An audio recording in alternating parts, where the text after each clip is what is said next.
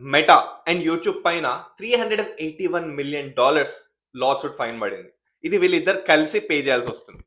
And separate గా meta పైన $375 million యొక్క లాసూట్ పడింది.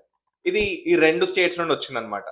ఒకటేమో new Mexico state in the USA, రెండోది లాస్ ఏంజలీస్ నుండి. లాస్ ఏంజలీస్ నుండి వచ్చినది ఏంటిది అంటే ఒక క్యాలీ అని ఒక 20-year-old పిల్ల. తను 6 years ఉన్నప్పటి నుండి యూట్యూబ్ వాడుతూ అండ్ 9 years ఉన్నప్పటి నుండి ఆమె యూట్యూబ్ ప్లస్ ఫేస్బుక్ వాడటం మొదలు పెట్టింది. సో అప్పటి నుండి తను ఇప్పుడు కరెంట్ ఏజ్ 20 years. తన ఏం ఫేస్ చేసింది అంటే ఈ సోషల్ మీడియా అడిక్షన్ నాకు వచ్చేసరికి నేను మా పేరెంట్స్ తోటి మాట్లాడడం మానేశాను. అండ్ దీన్ని ఇన్స్టాగ్రామ్ లో వాళ్ళు సడన్ గా ఫిల్టర్స్ అవన్నీ యాడ్ చేయడం వల్ల నేను చాలా లోగా ఫీల్ అవుతాను. నేను అందంగా ఉన్నాను లేవో నాకు తెలియదు. సో దీనివల్ల నేను డిప్రెషన్కి వెళ్ళిపోయాను. ఈ డిప్రెషన్ కారణమైన ఈ సోషల్ మీడియా ఏవైతే ఉన్నాయో అది యూట్యూబ్ దాని పేరెంట్ కంపెనీ గూగుల్ కావచ్చు, ఫేస్బుక్ దాని పేరెంట్ కంపెనీ మెటా కావచ్చు.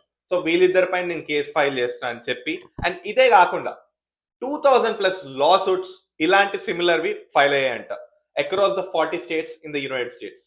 సో ఇక్కడ ఈ పిల్ల వరకు అయితే ఓకే, కానీ వరల్డ్ వైడ్ అంతెందుకు India the most populated country, ఇండియాలో ఇప్పుడు మీ కిడ్ వాడుతున్నాడా లేదా కూడా తెలియదు సోషల్ మీడియాకి.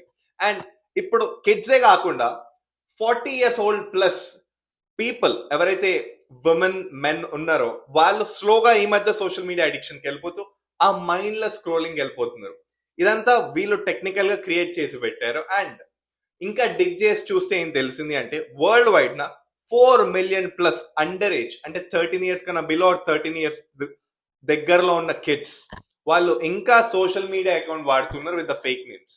సో ఇలాంటి అడిక్షన్ రోజు డే బై డే పెరుగుతూ ఉంటే ఇలాంటి కంపెనీస్ మాత్రం చాలా ధరలు మంచిగా వస్తూ they would be in profit making, but loss అయ్యేది ఎవరు? సో దీన్ని ఇప్పుడు మనం అర్థం చేసుకుంటే అది మీ కిడ్డే కావచ్చు లేదా మీరే కావచ్చు.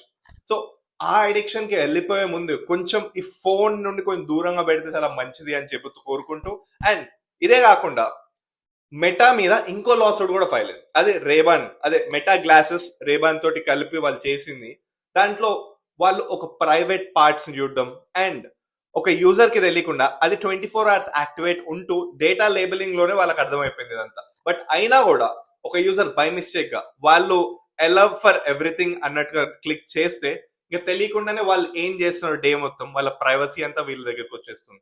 అడిగితే ఇది మేము ఏఐకి నేర్పించడానికి చేస్తున్నాము అండ్ ఇది మేము చేయట్లేదు, కెనియాలో ఉన్న మా థర్డ్ పార్టీ కంపెనీ అయితే వాళ్ళ హ్యాండిల్ కి వెళ్ళాలి అన్నట్టు వాళ్ళు దులిపేసుకోవడానికి రెడీ అయిపోయారు.